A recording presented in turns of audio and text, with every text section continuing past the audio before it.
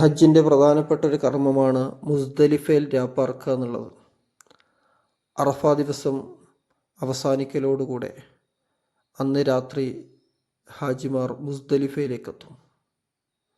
മഗ്രിബും ഇശായൊക്കെ മുസ്ദലിഫയിൽ വെച്ചിട്ടാണ് നിസ്കരിക്കുക. ഇവിടെ എല്ലാ ഹാജിമാരും സംഗമിക്കും. പാവപ്പെട്ടവനും പണക്കാരനും സമ്പന്നനും സാധാരണക്കാരനും എല്ലാവരും ഒരുപോലെയാണ്. ഈ പച്ചമണ്ണിൽ ആകാശം മേൽക്കൂരയാക്കി എല്ലാവരും മുസ്ദലിഫയിൽ താമസിക്കുന്നത്, അവിടെ കിടക്കുന്നത് അള്ളാഹുവിൻ്റെ മുന്നിൽ അവൻ്റെ സൃഷ്ടികളൊക്കെ ഒരുപോലെയാണെന്ന സന്ദേശം വിളിച്ചു പറയുന്നു. കണ്ടില്ലേ ഹാജിമാർ കല്ല് പറക്കുന്നത്, ജംറകളിലേക്ക് എറിയാനുള്ള കല്ല് അത് മുസ്ദലിഫയിൽ നിന്നാണ് ശേഖരിക്കുക.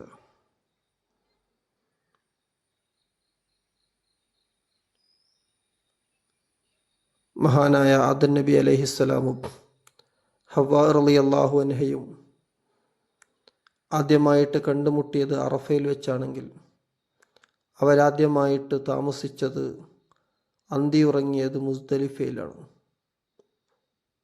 ആ ഓർമ്മ പുതുക്കിക്കൊണ്ടാണ് ഇന്ന് ഹാജിമാർ മുസ്ദലിഫയിൽ രാപ്പാർക്കുന്നത്.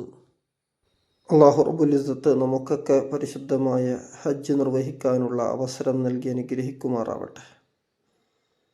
അവിടെയുള്ള ഹാജിമാരുടെ ദുആയിൽ അല്ലാഹു നമ്മയും ഉൾപ്പെടുത്തട്ടെ.